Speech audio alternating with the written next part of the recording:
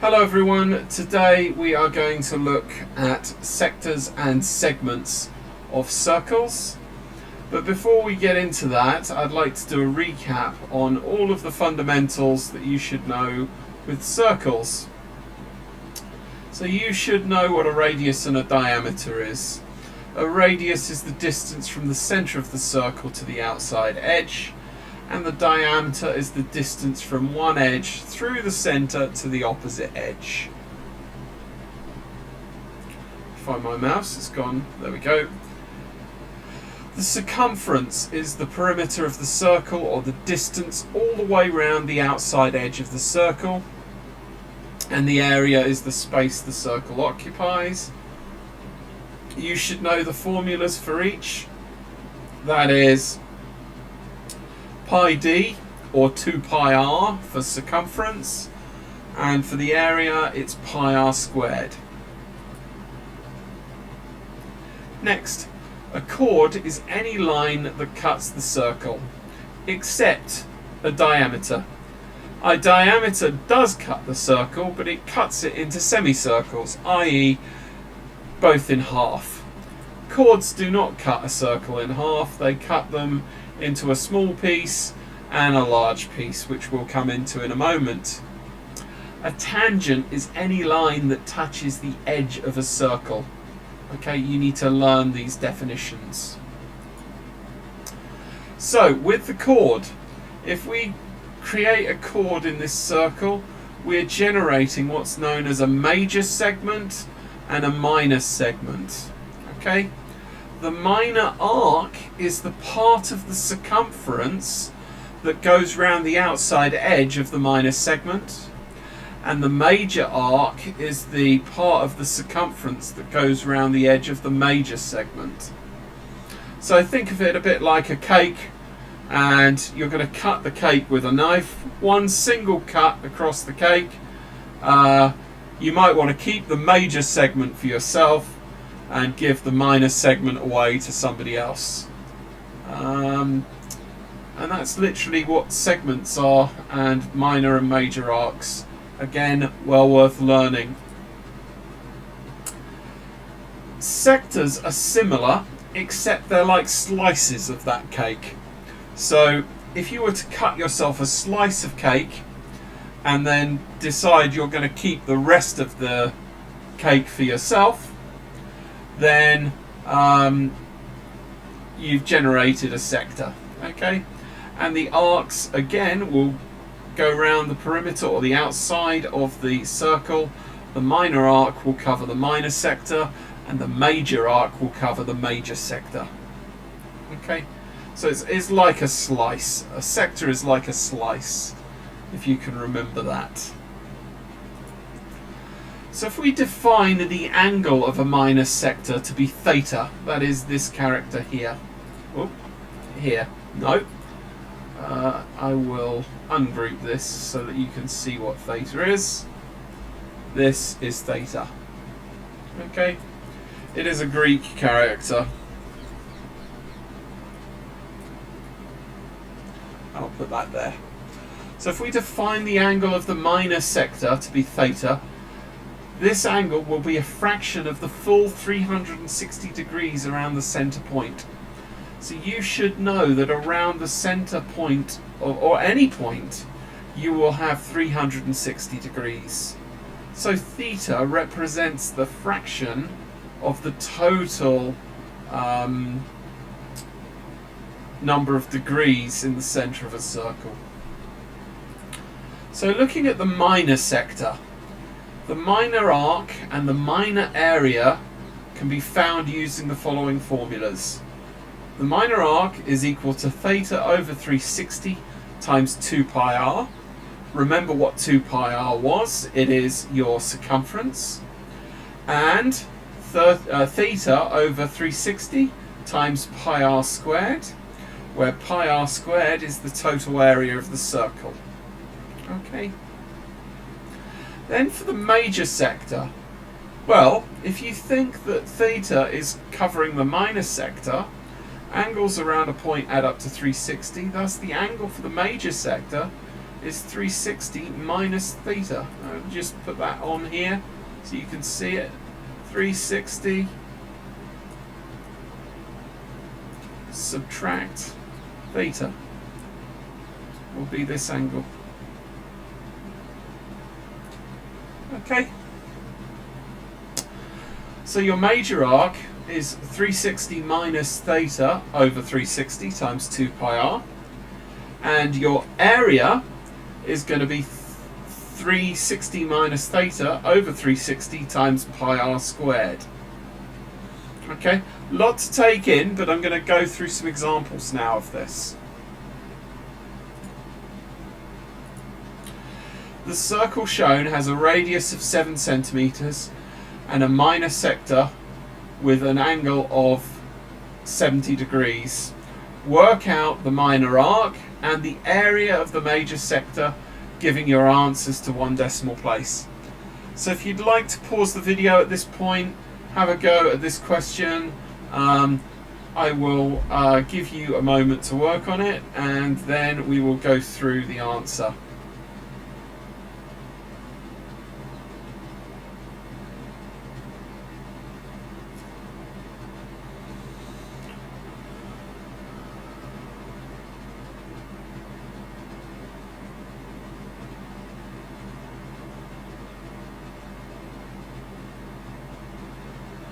Right, that's enough time, I think. Let's go through the answer. So the first part, the minor arc. The minor arc is calculated using theta over 360 times by 2 pi r. Okay, so I've done the working there. 70 over 360 times 2 times 3.14 times 7, and that will give me 8.55211. Let me prove it to you. Let me switch on the webcam. We go, here's my calculator. We're going to put in this button here, which is block over block. That allows me to put in 70 and then over 360 on the calculator. If I use the jog wheel to move over, I can then times by 2, I can times by pi, and I can times by 7. That will give me an answer of 8.55211, which I remove the calculator now. We've got 8.55211, or 8.6 to 1 decimal place. Okay. Now for the second part of the question, the area of the major sector. So, if you remember that 360 minus theta equals the angle of the major sector, you can then see, well, 360 subtract 70 will give me 290. So this angle of the rest of the cake is going to be 290 degrees. Again, there's the formula, and we've got 290 times 290 over 360 times 3.14 times 7 squared equals 124.0056. Let me put this in on my calculator to show you what's happening. Okay, let's move that off. We're going to put block over block again, and we're going to put 290 over 360, move the jog wheel, times pi times 7 squared. Okay, that's it. Equals, change it over, 124.0056434. Or if I remove the calculator again, 124.0 centimeters squared to 1 decimal place. So we've learned there how to work out the area of the major sector and the minor arc, which is the circumference of the minor sector. We could work out the major arc using a similar formula, except we're timesing by 2 pi r, or we could excuse me, we could find out the minor sector area by using theta over 360 times by pi r squared. But again, it depends on what the question asks for to what you use. Right, let's look at the next thing I want to cover, which is area of a triangle. How do we work out the area of a triangle? Well, most people will remember 1/2 times base times height. However, what's the height in this triangle? You'll find it is the perpendicular height, i.e. the line that I've drawn in there. I could put a dotted line in here just to make things more clear. Okay, that's the perpendicular height, that's the base, and then you halve it. However, not all triangles are going to have the perpendicular height available to you. You need another method to work out what's going on. So I'm going to go through how to work out the area of a triangle for what's known as a scalene triangle. Those of you watching, if you can tell me or know what the definition of a scalene triangle is, it would be really helpful to point it out. A scalene triangle is one which isn't anything special. None of the sides are the same and none of the angles will be the same. Okay, so there's nothing really special about a scalene triangle. With that in mind, I can label the sides of this scalene triangle. So what I'm going to do is I'm going to call the sides A, B, and C. And if I change the colours of those, let's change this A to blue. Let's change this B to red. And this C to green. What you're going to find is that the opposite angles will correspond to the sides that are opposite them. So I'll show you what I mean by that when I put in the little letters.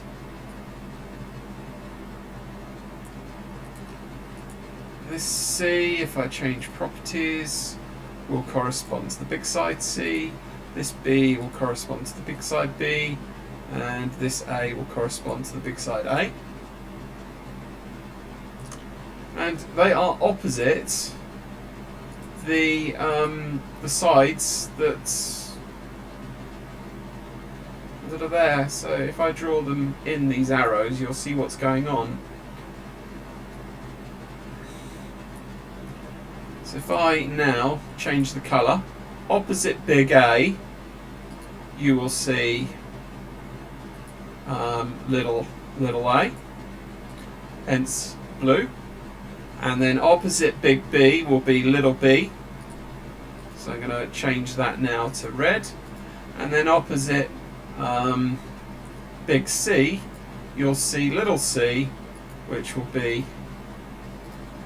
there like that. So that's how we label the sides of a scalene triangle.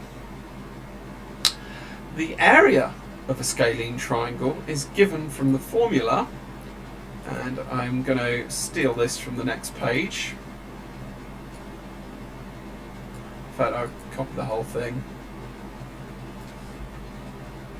Oh, I didn't mean to. I'll just drop it in here. There we go. The area of a scalene triangle is a half of AB sine little c. Okay, if I scroll down so my head's not quite in the way there. Good. Okay, So I think it's important I go through an example of this so you understand how it works, but it's a really important thing to know this formula. So let's look at this example here. I have a triangle. Two of the sides are labelled as 7 centimetres and the angle at the top is 70.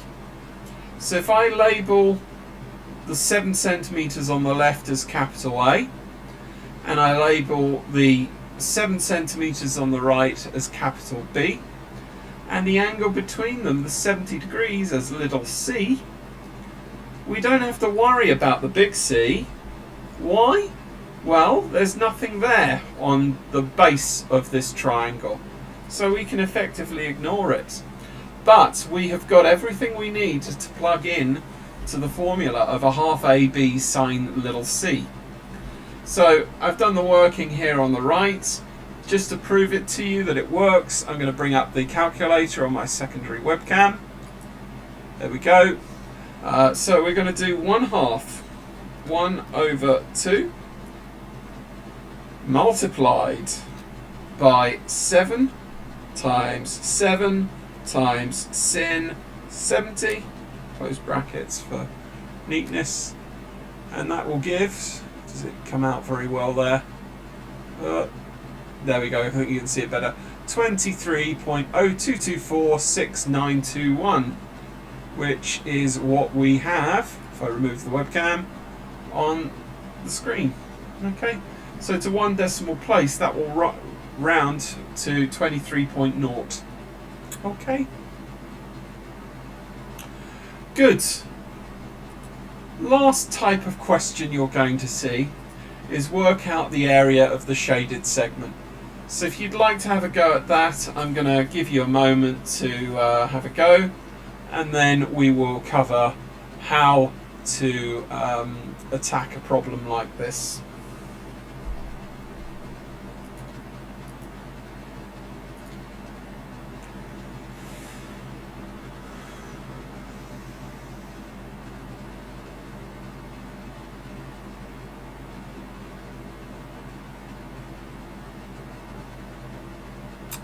Right, I'm going to go through the answer now.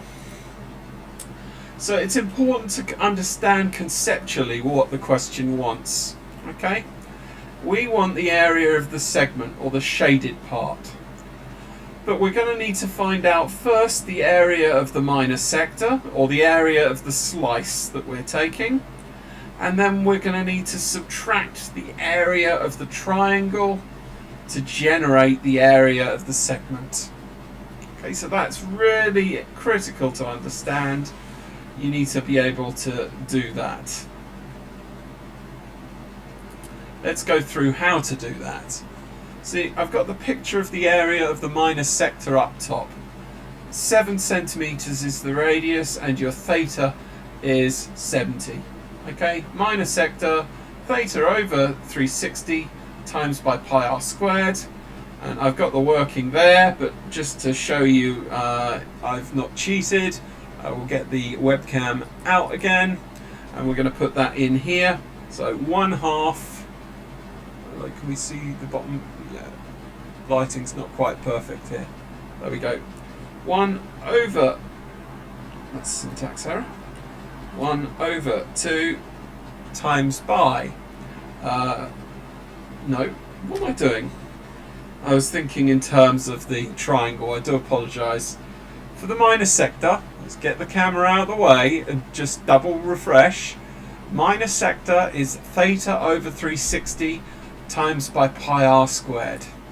So, block over block, 70 over 360 multiplied by pi times 7 squared equals 29.9323967, which is what we have as an answer on the screen. Okay.